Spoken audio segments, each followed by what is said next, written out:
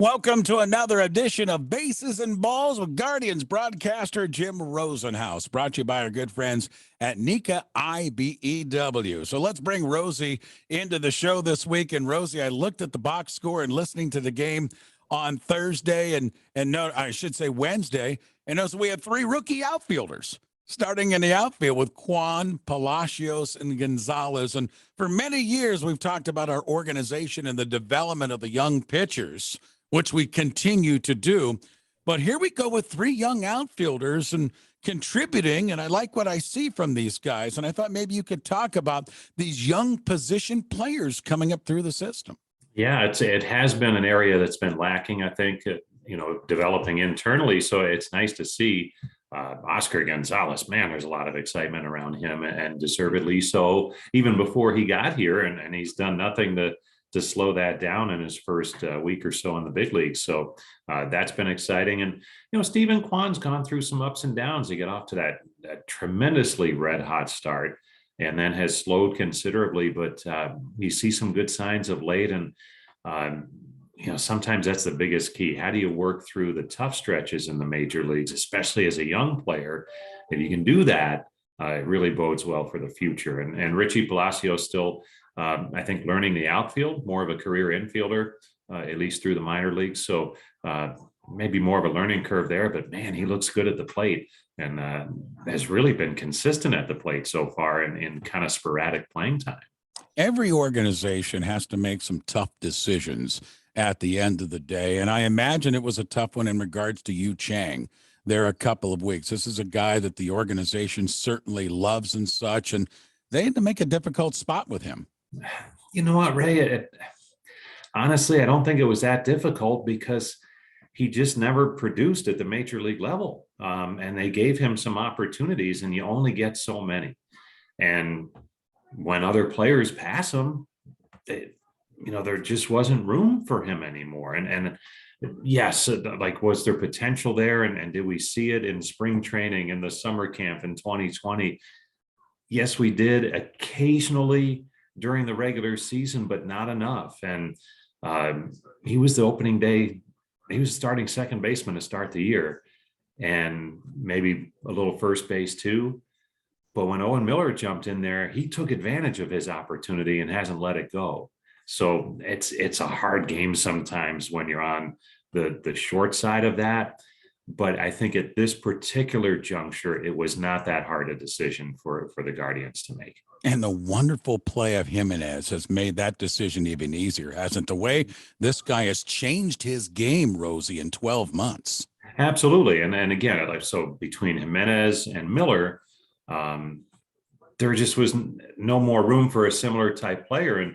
And Jimenez is tremendous defensively. So you throw that in there, and that's a big plus. And then in addition to what he's done at the plate, especially from the seventh inning on, his numbers are off the charts, and that has come up big in a couple of games, including Monday night. So I think for fans who enjoyed watching Yu Chang or hoping for the best, it might be a difficult time. But you look at the alternatives that the Guardians are rolling out there, and they're really, really good. Speaking of clutch performances, this team is one of the best clutch hitting teams in the American League, and none better than our guy, Jose Ramirez, already over 50 RBIs on the season. And Rosie, I'll let you expand here. A lot of that has to do with, Reyes hasn't been there in that four-hole behind him. Owen Miller has produced for sure, but a lot of times, and we saw it the other day, teams are being very careful with JRam. He is still producing at the highest level, though. It's amazing. It's amazing. It really is. And Monday night was a prime example.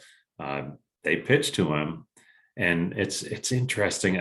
Ray, I was shocked on Tuesday night when they walked him twice intentionally, that was the first time all year he had been walked intentionally officially. Because I think unofficially he's been walked intentionally a lot without actually just giving him the point toward first base. But it's unbelievable what he can do with the few pitches that he sees that are good pitches to hit, and what a year he's having. We've been the notes that we're provided with every day that show what he's on pace for. And he's on record pace in the American League to all time for RBIs if it keeps going. And look, chances are it's not going to keep going. It's hard to extrapolate that for any player, but it's still fun to look at, and it gives you a great idea of what he's doing and the conditions he's doing it under in terms of what he gets to hit is really remarkable. Rosie, in different eras, and we're talking with Jim Rosenhaus, Guardians broadcaster, bases and balls, brought to you by Nika IBEW. In different generations, you and I growing up, we always pointed, at least I did, to say, hey, and I said, my son, Rocco, pull up the videos of Pete Rose. That's how you want to play baseball. This generation here, Rosie, I don't know if you would agree with me or not, but I think you pull up the videos of Jose Ramirez, from the bases to the glove to the bat. That's how you play the game. Yeah, absolutely. He's going from first to third. He's stealing bases, usually only at times where it really means a lot, and plays a good third base. It's just fun to watch, in addition to coming through in the clutch more often than not.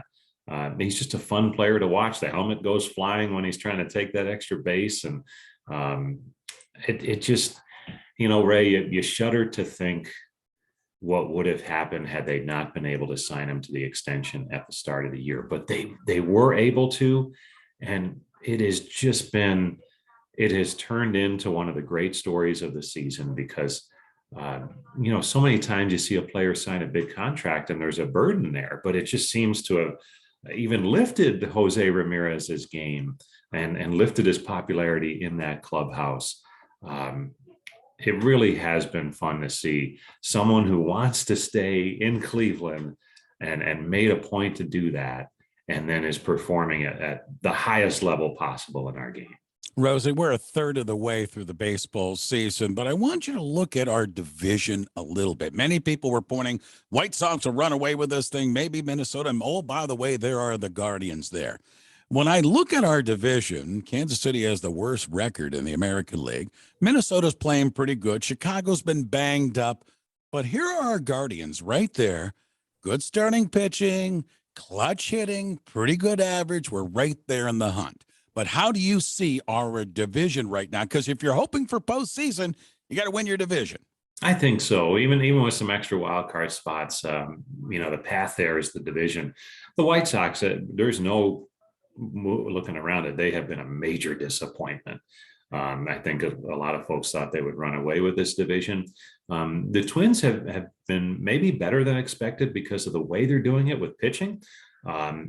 But after seeing the Twins for the first time in Minneapolis on a recent road trip, I don't think the Guardians feel that there's that big a gap there between the two clubs. They certainly feel they can play with them.